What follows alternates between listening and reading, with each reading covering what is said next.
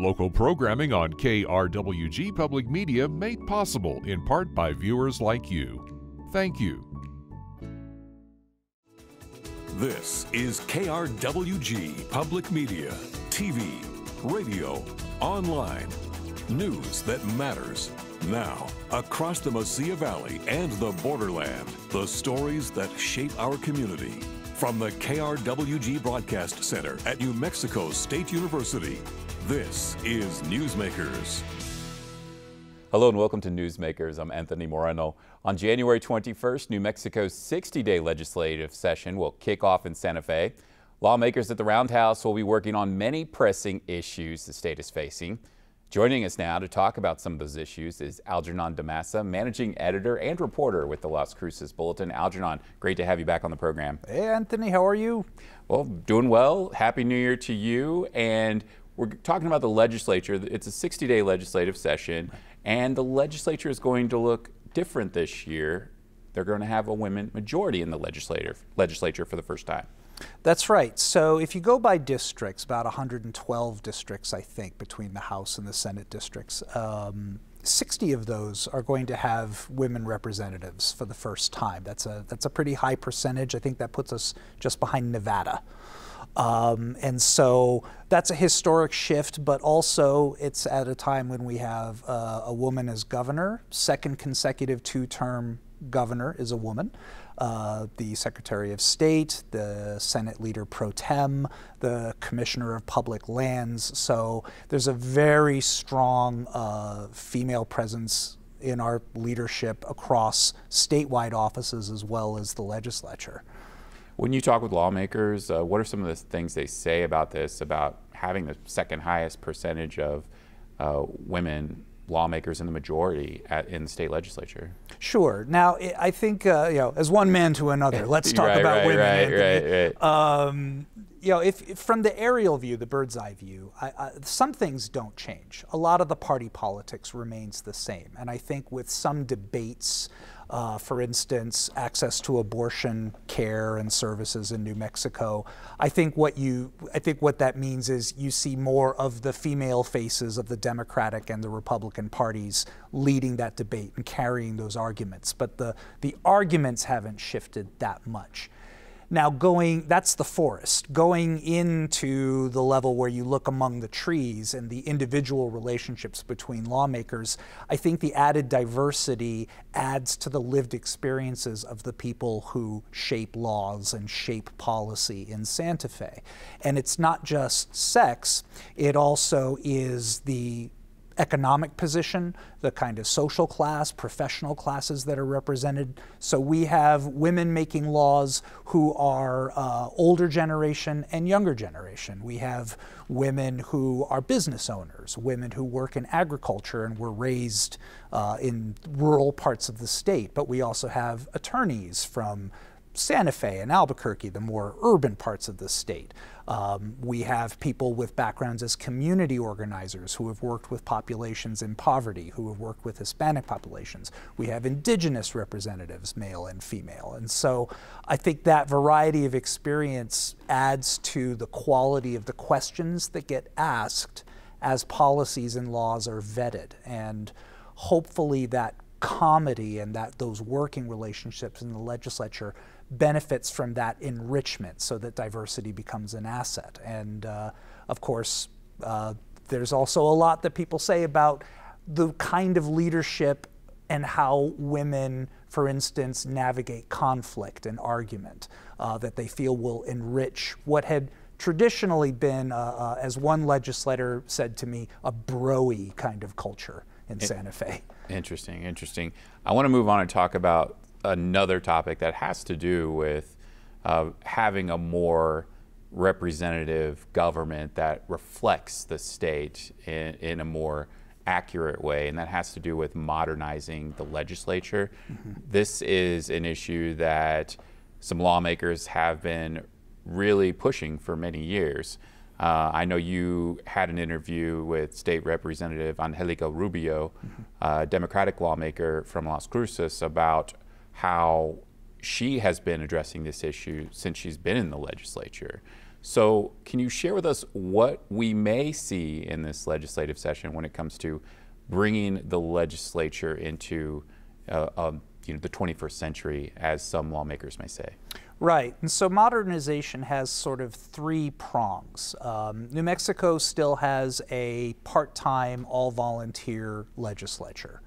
And when we speak of modernization, one of the prongs is talking about salaries for lawmakers. That's been a tough one. Staffing for lawmakers.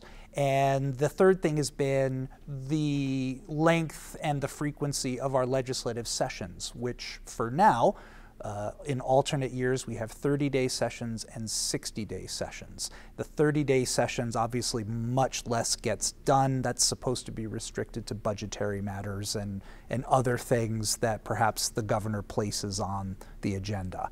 60-day sessions are much more open. Okay, so there have been debates about maybe making 2 longer sessions during the year so that one session can be about the committee work and hammering out legislative language, and then a second session that's really about passing all the legislation for the year. There have been a lot of different perspectives, and Representative Rubio said it's been really hard to kind of find a consensus on that.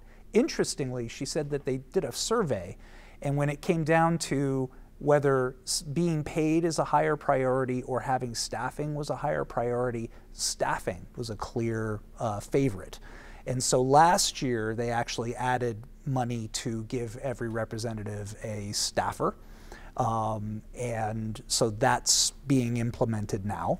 And the Representative Rubio promised that this year, they're going to reintroduce the question of legislative salaries as a constitutional amendment, but part of that would be setting up a kind of a task force or committee to talk about what that would look like, what would be reasonable to pay legislators, and part of that is figuring out how much time they're going to have to be in Santa Fe, which is, I think, the big hump is just getting people who are willing to spend a lot of time in Santa Fe.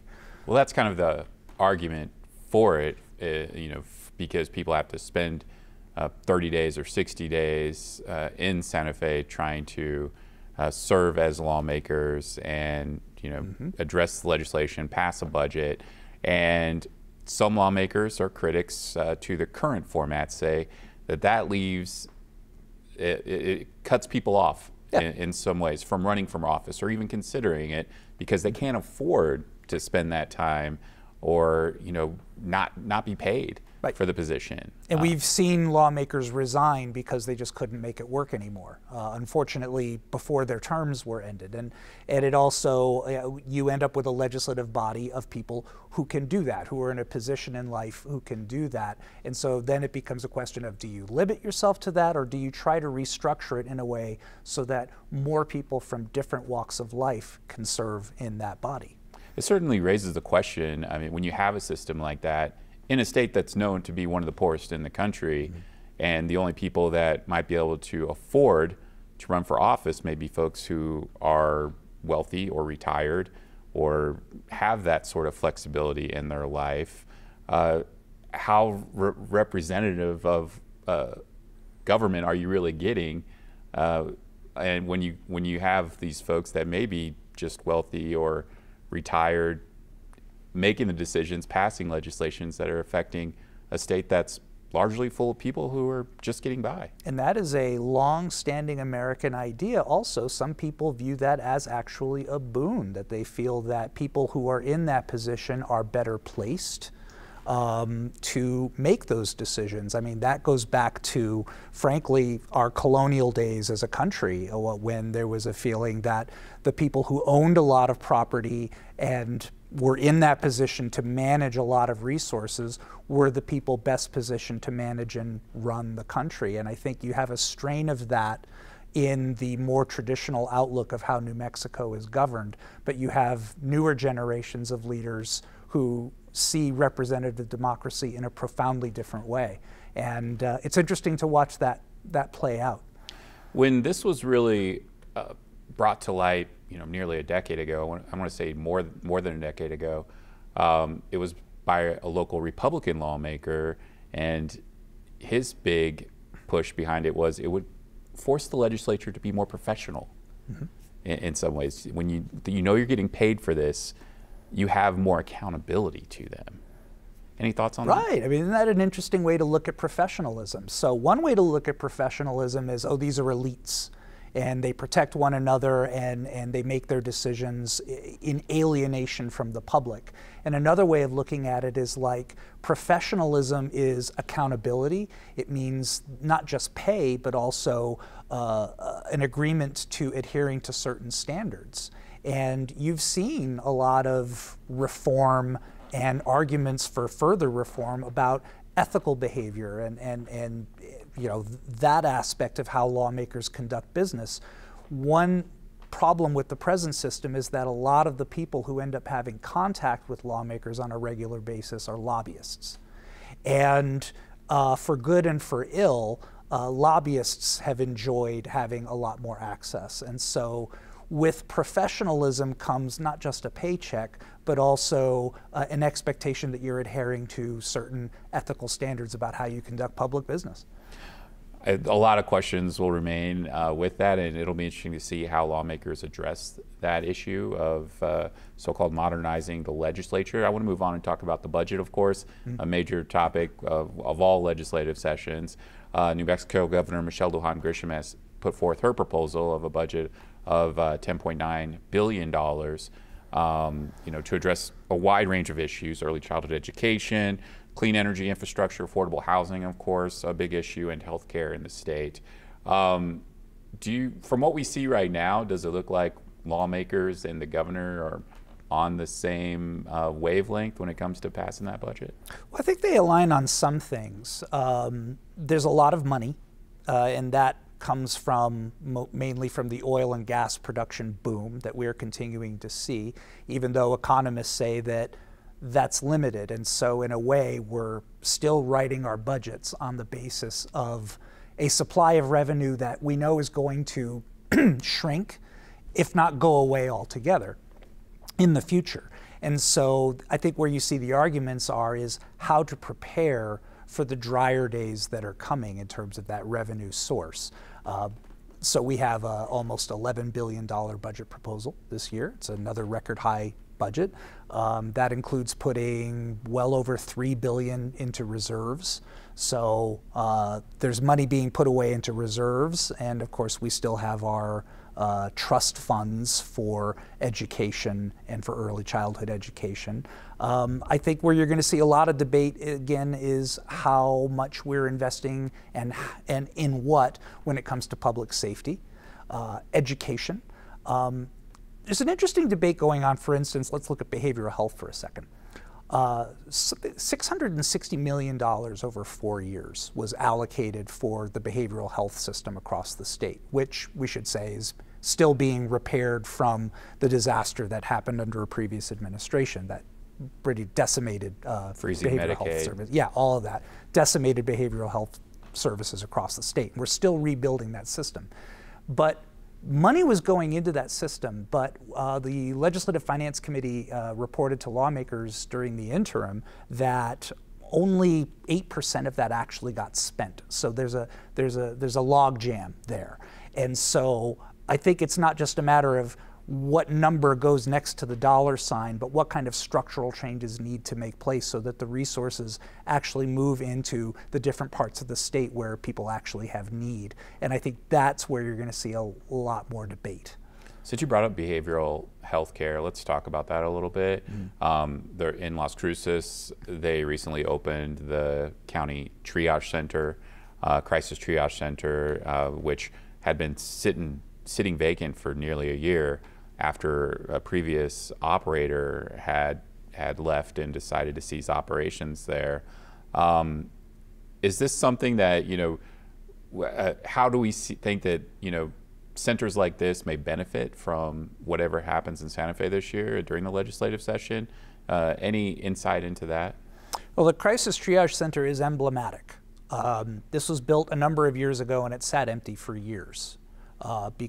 Mainly because there wasn't an agreement as to how to operate it in a way that it could operate independently, that it could operate with revenue. And a provider was found, and then the county parted ways with that provider, partly because the provider said, we need more money and we need more support from the county. The triage center then sat closed for almost another year, and it has since reopened. It's 2025, and there's now a new provider providing service in there, with the county providing some support over a period of time while it gets up and running again. You know, that's the problem, is that it's really figuring out how to fund these resources consistently so that they can operate for everybody who needs it, even people who maybe can't afford to pay or their insurance is not, you know, in place, but still be able to make them sustainable and continue the operations. Now magnify that across the state, right? So I think that, yeah, we have an emblematic example right there of the problem for that whole system. Yeah, you bring that up. I mean, it asks that question, is the private-public partnership in behavioral health sustainable in a state like New Mexico? Are any lawmakers talking about this? Well, the problem is that it tends to need some public support and some public money. And, you know, these services are not always profitable. And so operating them purely on the profit motive and you know, according to that sort of market logic, you know, you're going to end up into situations where, no, we actually have shortfalls and we actually do need to provide services to people who are not in a position to pay right now. And so, I mean, can it work? I mean, we make it work, but there are these problems, and it comes down to funding and whether the community sees it as the right investment to make and something that is worthy of a large investment of public resources. Of course, there's a lot of challenges with just recruiting and retaining providers as well that New Mexico is dealing with. Mm-hmm. Let's move on and talk about another issue. You brought up public safety, and of course the governor's been traveling around the state holding town hall forums. Recently one in Alamogordo. The governor was in Las Cruces you know, months ago as well, where many people showed up to talk about public safety.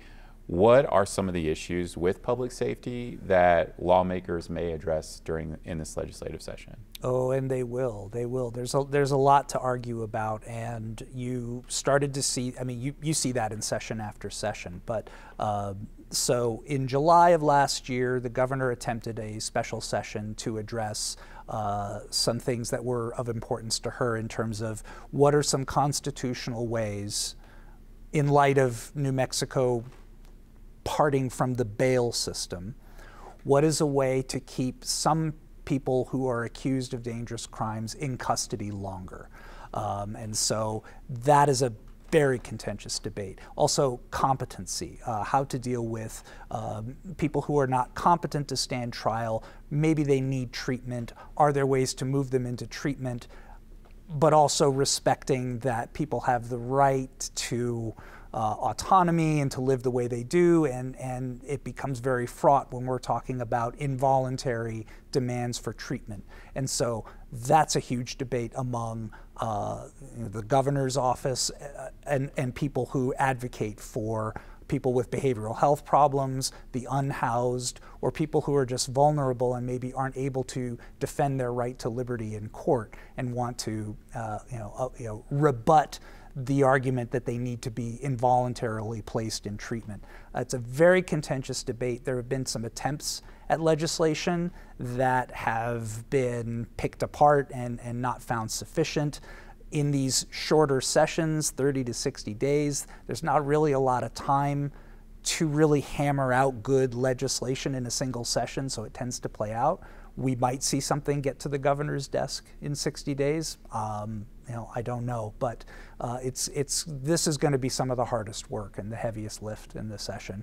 I know that our police chief in Las Cruces, Jeremy Story, plans on spending a lot of time in Santa Fe. He's got some very specific ideas, and he's found some Republican and even some Democratic leaders who like his suggestions, and I think that he's going to perhaps play a very influential role this year.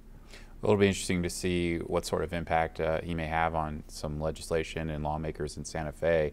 An issue that many people bring up with, the public safety issue, and as well as behavioral health, is substance abuse concerns. From your conversations with lawmakers, Is there anything that you see them implementing during this 60-day legislative session, or even starting the conversation with?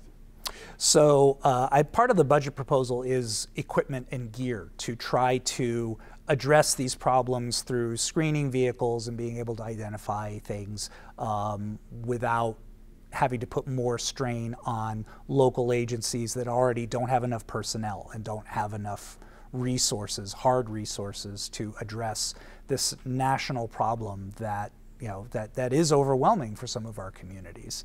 And I think the governor continues to seek some more federal assistance with that as well. So I mean, we're going to see, but you have kind of a standing debate about the philosophical approach. Do you treat this as a public health crisis and emphasize treatment solutions, including making safe spaces for people to use drugs safely and open doors for them to seek treatment, versus a more involuntary approach, often punitive? And there still doesn't seem to be, that gap is not closing between those two approaches. I see. I just have about a little over a minute left with you, but affordable housing, of course, a big conversation happening in the legislature and also here in our community of Las Cruces. A groundbreaking recently took place of an affordable housing complex in the city. Where do you see these conversations turning into possible legislation in Santa Fe this year? Right. The economic argument here also is that it's worth spending public resources to move people into housing. Las Cruces is breaking ground on a lot of affordable housing projects, and these are still nibbles compared to the gap in housing units that actually need to be filled, the demand for housing in the city. And so I know that one new lawmaker, Sarah Silva, and some of her colleagues in Santa Fe are going to introduce some new protections for renters who have month-to-month leases to try to protect them from no-cause terminations of leases, right, to keep them in housing. And I think you're also going to see more asks for the capital outlay funds to build more apartment complexes, including institutions that have supportive services, so that people who are unhoused can get into housing and also stay into housing and become successful in however they want to live. And to make the case that that is a good investment for everybody's safety, for the beauty of the city, and for the economic development of the city moving forward. And we'll see how that happens. There's a lot of money, but there's not an endless flow of money. All right. Well, Algernon D'Ammassa, managing editor and reporter with the Las Cruces Bulletin, thank you so much for being with us. Always a pleasure. Moving on, a toy train museum in Alamogordo has plenty to offer those who enjoy the hobby. Visitors can also learn more about railroad history at the Alamogordo Toy Train Depot. Our producer, David Vasquez III, has more in this Community Connection.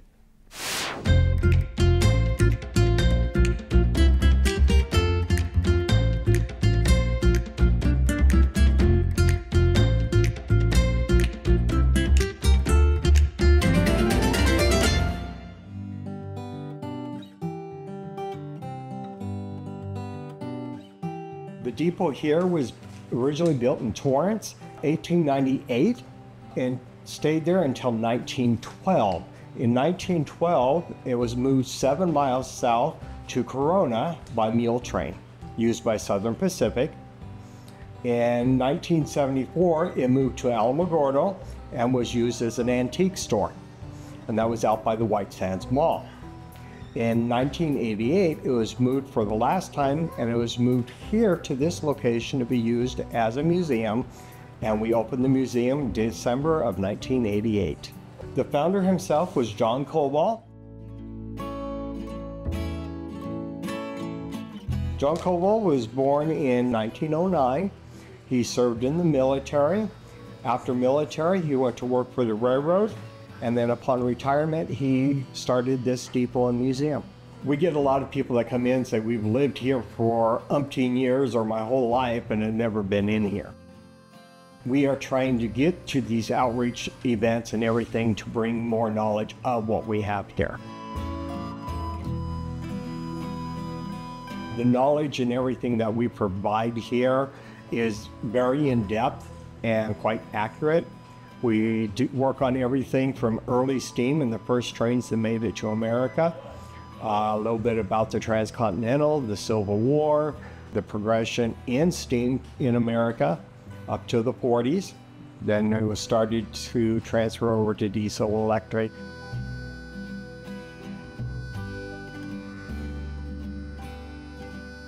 In the first early years of it, it constantly grew with the railroad. The depot got bigger and bigger, the sawmills. They built the zoo here specifically for the railroad because there wasn't a whole lot here initially. So while they refueled, the passengers could go to the zoo and then come back and board. That's the reason it's one of the oldest zoos in the Southwest. We are open Thursday through Saturday, 11 to 4, and then Sunday is 12 to 4.